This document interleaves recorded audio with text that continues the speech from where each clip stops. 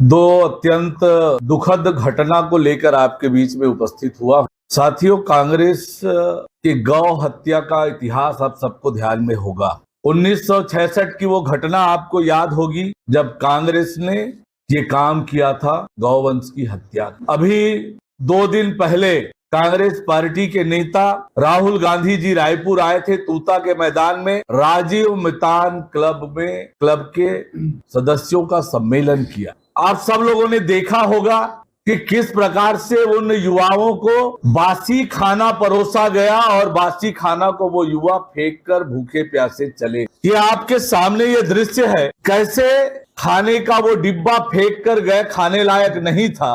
राजीव युवा मितान क्लब के युवाओं के जीवन के साथ खिलवाड़ करने का काम हुआ। खाने लायक वो खाना नहीं था जिसे वो युवा छोड़कर चले गए और उसी खाने को खाने से लगभग 30 से अधिक गौ माता मौत को वरण कर ली, उनकी मौत हुई और अनेक गायें संक्रमित होकर परेशान हैं, बीमार हो गई हैं घर घर में। और प्रशासन कांग्रेस के दबाव में उस घटना को लीपा पोती करने में, दबाने में लगी है। एक तरफ इतनी बड़ी पैमाने पर गौ माता की मौत और प्रशासन उसको लीपा पोती करने में लगी हुई है। ये स्पष्ट रूप से गौ हत्या का मामला है। इसका दोषी कोई है तो राहुल गांधी और भूपेश बघेल है, जिन्होंने ये कार्यक्रम कराया। बासी खाना छोड़े, उस खाने को और डिब्बे को खाने से इन गौ माताओं की मौत हुई है। अनेक गौ माताएं बीमार है। गौ हत्या का पाप कांग्रेस को लगेगा। इसका दोषी कोई है तो राहुल गांधी और भूपेश बघेल है कि उन गौ पालकों की जिनकी गायों की मौत हुई है, उन्हें सरकार मुआवजा दे और सही तथ्य जनता के सामने लेकर आए।